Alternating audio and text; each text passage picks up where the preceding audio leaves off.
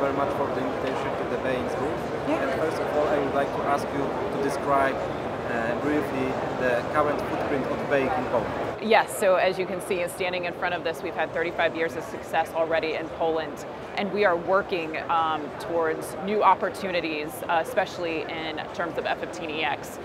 You probably saw recently our Boeing Engineering Center that was just opened a couple months ago. So we're really focused on bringing work there, as well as a couple of the MOUs that we signed this past week. We've signed 3 already, one with WZL2, WCBKT, as well as Law. How many employees Boeing currently has in Poland? About 1,200 employees currently in Poland, and looking to expand as well. As I learned, part of your offer for the Polish Armed Forces, especially for the Air Force, is the F15. Yes, right? yes. And please tell us a little bit more about also your proposal for the Poland in the field of the defense industry cooperation. How you see this topic? Sure. So I think a lot of the things that I think Poland wants to be is self-sufficient whenever that conflict does come. So in terms of that, we're looking at the training and maintenance all in Poland for this F-15 aircraft. And that's why we have worked with WZL2. We just recently did a site survey with them, of course, MRO, fixed wing, to see what type of manufacturing we can bring to them and how they can train and maintain their aircraft self-sufficiently.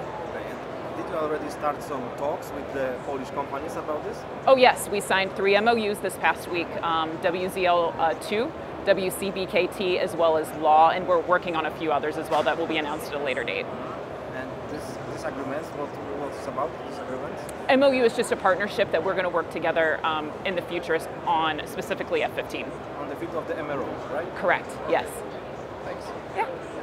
Sir, first of all, thank you for the invitation to your booth. It is fantastic to be here with you. And you are being test pilot and well-experienced pilot of the United States Air Force, so you know everything about F15 Eagle 2. So please briefly elaborate this aircraft. Sure. So welcome to Boeing's F15 EX Eagle 2 simulator here at MSPO. My name is Matt Giese. I go by FAT. I'm the Boeing F15 chief pilot. The F-15 is a contemporary fighter, the F-15EX, advanced mission systems, very unique and advanced radar and electronic warfare system. The way I put it in pilot terms is the F-15EX goes higher, faster, and farther than any other fighter platform, and can persist on the battle space longer than any other fighter platform as well, all the while carrying the largest payload of any other fighter. So we can carry approximately 30,000 pounds of munitions or fuel on the fuselage or underneath the wings. That makes us very effective in the battle space in very high-end missions on day one of the fight, as well as things like defensive counter-air to protect a country's borders. In this case, for the Polish Air Force, that would be a wonderful feature to have a fighter like this to quickly reach the borders, defend the Polish airspace, and be a good NATO ally.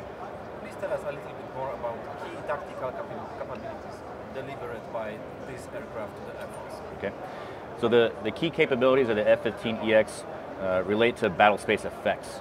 The way I like to describe it is there's a few ways to create effects that commanders need on a battle space, whether it's against a high-end threat like a surface-to-air missile battery or maybe even an advanced air threat. One of those ways is to use low observable stealth platforms. I flew F-22s for 10 years, so I really understand that mission. I know what it's like. I know there's a time and a place for a mission like that. But I also know there's a time and a place for other missions, like the F-15EX can provide a probably similar or even greater battle space effect, and we do that through the use of our advanced mission systems, which include the APG-82V1 radar from Raytheon, as well as BAE's advanced electronic warfare system known as EPAWS.